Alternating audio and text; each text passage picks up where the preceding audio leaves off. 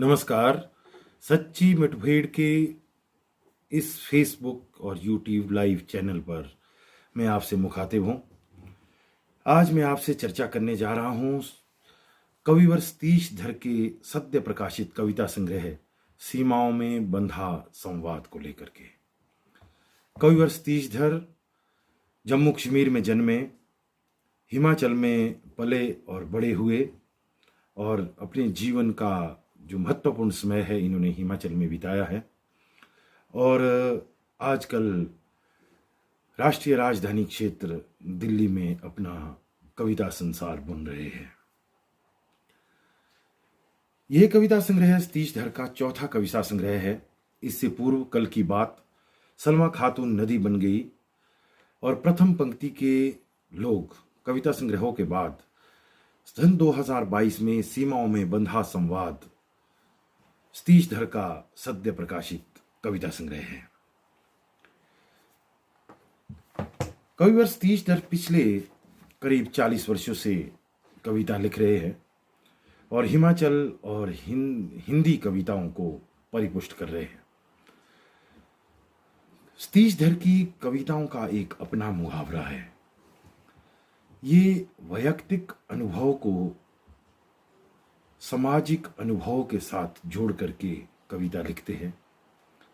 संवेदनशील कवि है, उम्मीद और संभावनाओं के कवि है और हर स्थिति को बड़ी बारीकी से अभिव्यक्त करते हैं।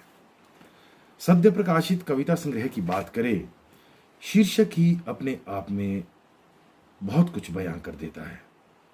सीमाओं में बंधा संवाद, अर्थात जो हम बातचीत कर रहे हैं, जो हमारा संवाद है, चाहे वो ना तो रिश्तों में हो रहा है, परिवार में हो रहा है, समाज में हो रहा है, वो कहीं ना कहीं परिसीमित हो चुका है। अर्थात निश्चल निष्कपट रूप से या निर्बाध रूप से हम शायद आज संवाद भी नहीं कर पा रहे हैं।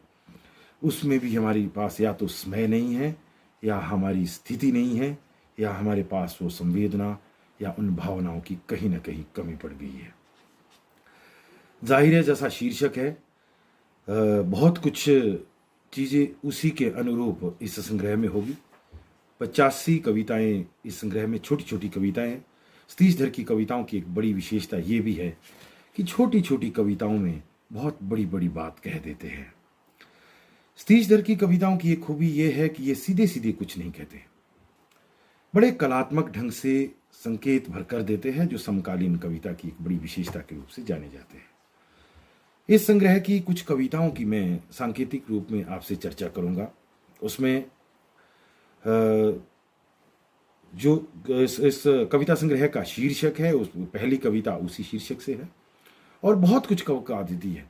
21वीं सदी के मनुष्य के भीतर जो अंतर्द्वंद है, 21वीं सदी के मनुष्य का जो वास्तु स्थिति है, खास करके महानगरीय जीवन के जो लोग रह रहे हैं, वो उनके जीवन में कितनी औपचारिकताएं आ गई हैं, या उनके पास समय नहीं है, या उनका जीवन कितना गतिमान हो गया है कि उनके लिए बातचीत या संवाद भी सीमाओं में बंध गया। यही संकेत कर रहे कविता उद्धृत कर रहा हूं। सीमाओं में बंधा है हमारा संवाद, मन जब अशांत होता है मैं उससे पूछता हूं, कैसी हो बेटा, बच्चे कैसे हैं, छुटकी की परीक्षाएं कैसे चल रही है, छोटू मस्त है ना, अपना ख्याल रखना, अचानक पसर जाता है मौन। बहुत बड़ी बात कवि कह गए। अचानक पसर जाता है मौन, समझाता मुझे भर्राए गले से वो कह रही होगी, सब ठीक है बाबा, आप भी अपना और अम्मा का ख्याल रखना। मौन की भाषा में बदल जाता है सीमाओं में बंधा संवाद। इस सदी के मनुष्य की सबसे बड़ी विडंबना यही है कि शायद वह रिश्तों में या तो औपचारिकताओं का निर्वहन कर रहे हैं, या अपने आप के लिए भी उनके पास समय नहीं है।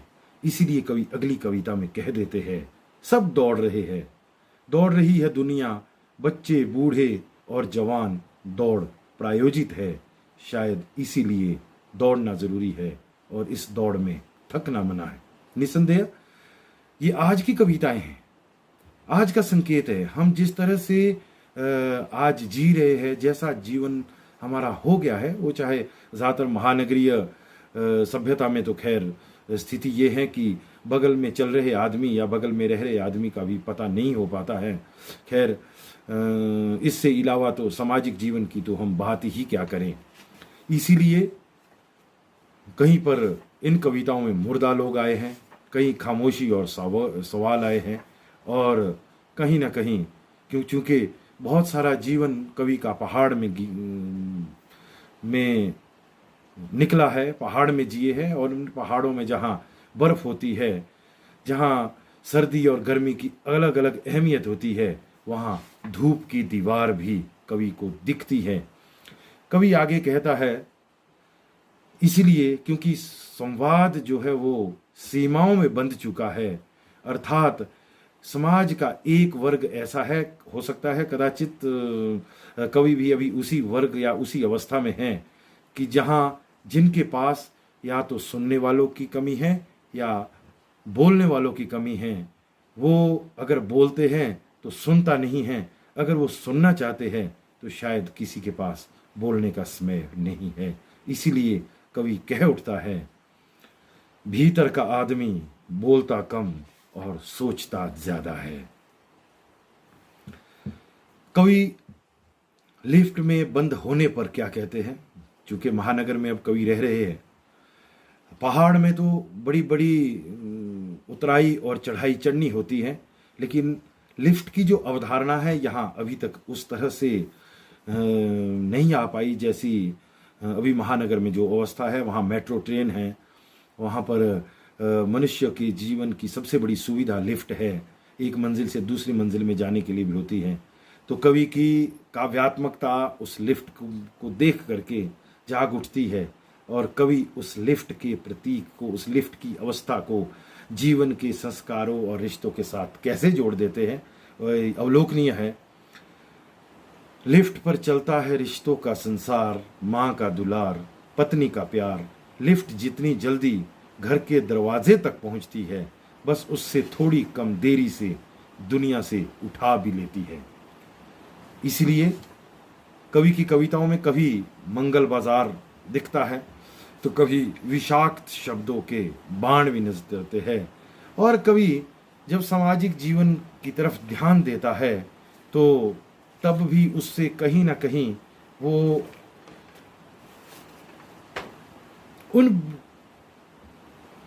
समाज के उन आखिरी व्यक्ति को लेकर भी चिंताएं व्यक्त करता है, जहां कवि कहता है कि जिनके अपने घर नहीं होते,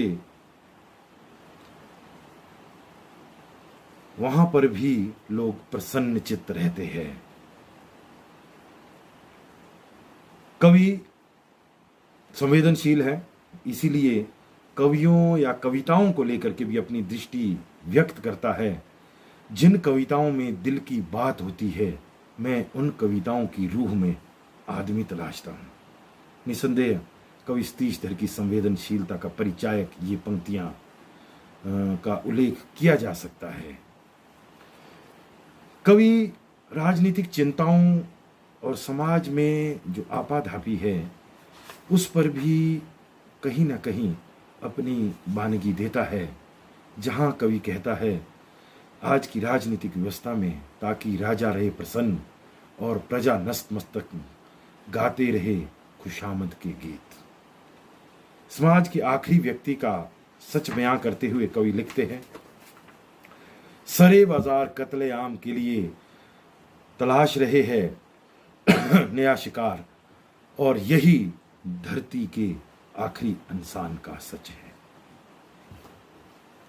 कवि और सतीशधर सच को लेकर के अपना विचार रखते हैं। बहुत सोचना पड़ता है सच के बारे में, कितना सच है और कितना सच झूठ है। इसीलिए कवि पहाड़ को याद करते हुए लिख देते हैं, कड़ाके की सर्दी हो या फिर तपती दोपहर, सच तो यह भी है, बर्फ पर कविता लिखने से पहले आग बनना जरूरी है। कविवर सतीशधर की ये सबसे बड़ी वानगी है कि बर्फ पर शायद वही व्यक्ति लिख सकता है जो आग की तपिश को महसूस कर सकता है। जिसके पास आग की तपिश का एहसास नहीं है वो बर्फ की हवाएं और जमावटी जो स्थिति है उसको कतई नहीं समझ सकता है। आज के औसत आदमी जिस महत्वाकांक्षा और एकाग्रचित्ता और आत्म उन्नति और आत्मश्लाघ्य को लेकर के जैसा जीवन हर वर्ग का व्यक्ति जी रहा है, उनको लेकर के एक अधूरा आदमी शीर्षक से कवि कहते हैं, जलसों जलूसों में भीड़ इकट्ठी कर अपनी उपलब्धियों का जब आदमी जश्न मनाता है वह पूरा नहीं अधूरा होता है। एक बहुत बड़ा संकेत, क्योंकि इस समाज में बहुत कुछ चीजें आज प्रायोजित हैं।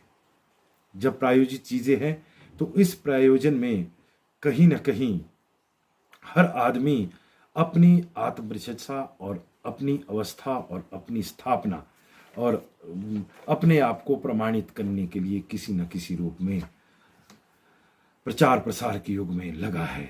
कविवर सतीश धर आत्मानुभूति को सामाजिक अनुभूति के साथ जोड़ते हुए प्रेमाभिव्यक्ति भी करते हैं और बड़े सांकेतिक तौर से कहते हैं, आंखों की भाषा में शब्दों की तस्वीर उतारना आसान खेल नहीं।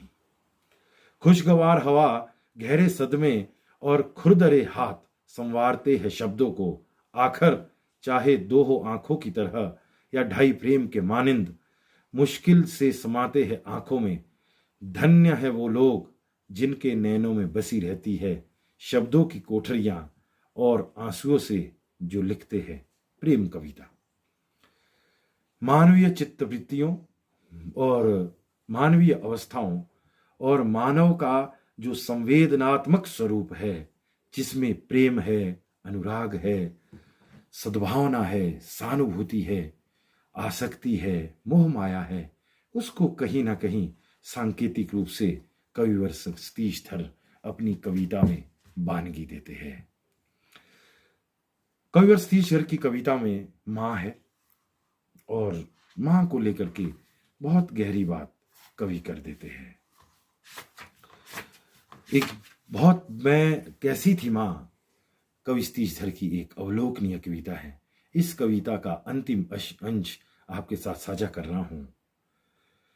आज मां नहीं है, आज मां नहीं है, सोचता हूं एक बार, सिर्फ एक बार बच्चा बन जाऊं, मां के सामने बैठ पढ़ डालूं जिंदगी की पूरी किताब।